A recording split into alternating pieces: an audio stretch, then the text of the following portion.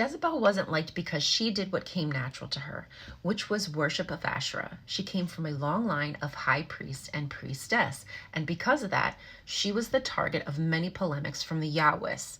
What many people don't know about her is that her name contains a secret to the Baal cycle. Not only that, there's a possibility that her story harkens upon an older ancient motif called the goddess in the window. This ancient artifact is called the goddess in the window or the woman in the window. There are some scholars who believe that these are images of the goddess in her temple, in her home, welcoming those who worship her.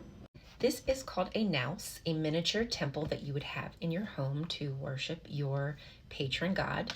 You can see the goddess here sticking out, waiting for her devotees, as well as right here at the window. And these right here, the columns at the front, are palm trees, palm fronds, and they also represent the goddess.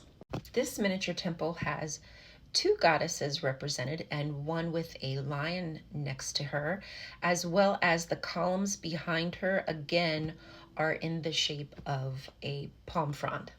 Is it possible that Jezebel in the window is pulling upon an ancient mythological story of the goddess in the window?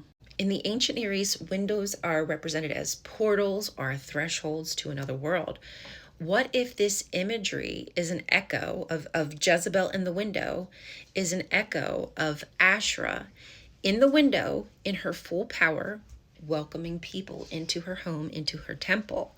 But Jezebel being pushed out is also symbolic of Asherah losing her power, being demoted by the Yahwists.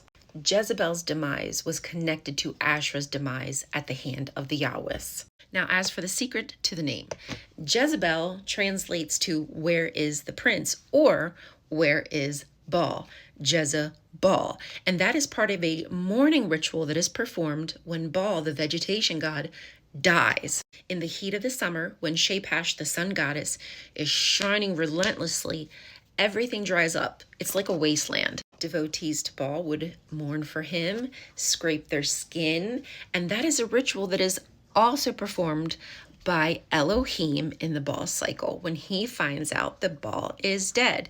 By scraping the skin and shaving the skin, it's symbolic of what you would do in season. You till your ground, you plant the seeds, and miraculously, with the fertile rains that Baal brings, we now have nourishment.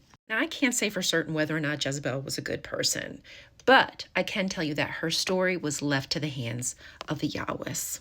While my interpretation is a bit speculative, I don't think it's without merit.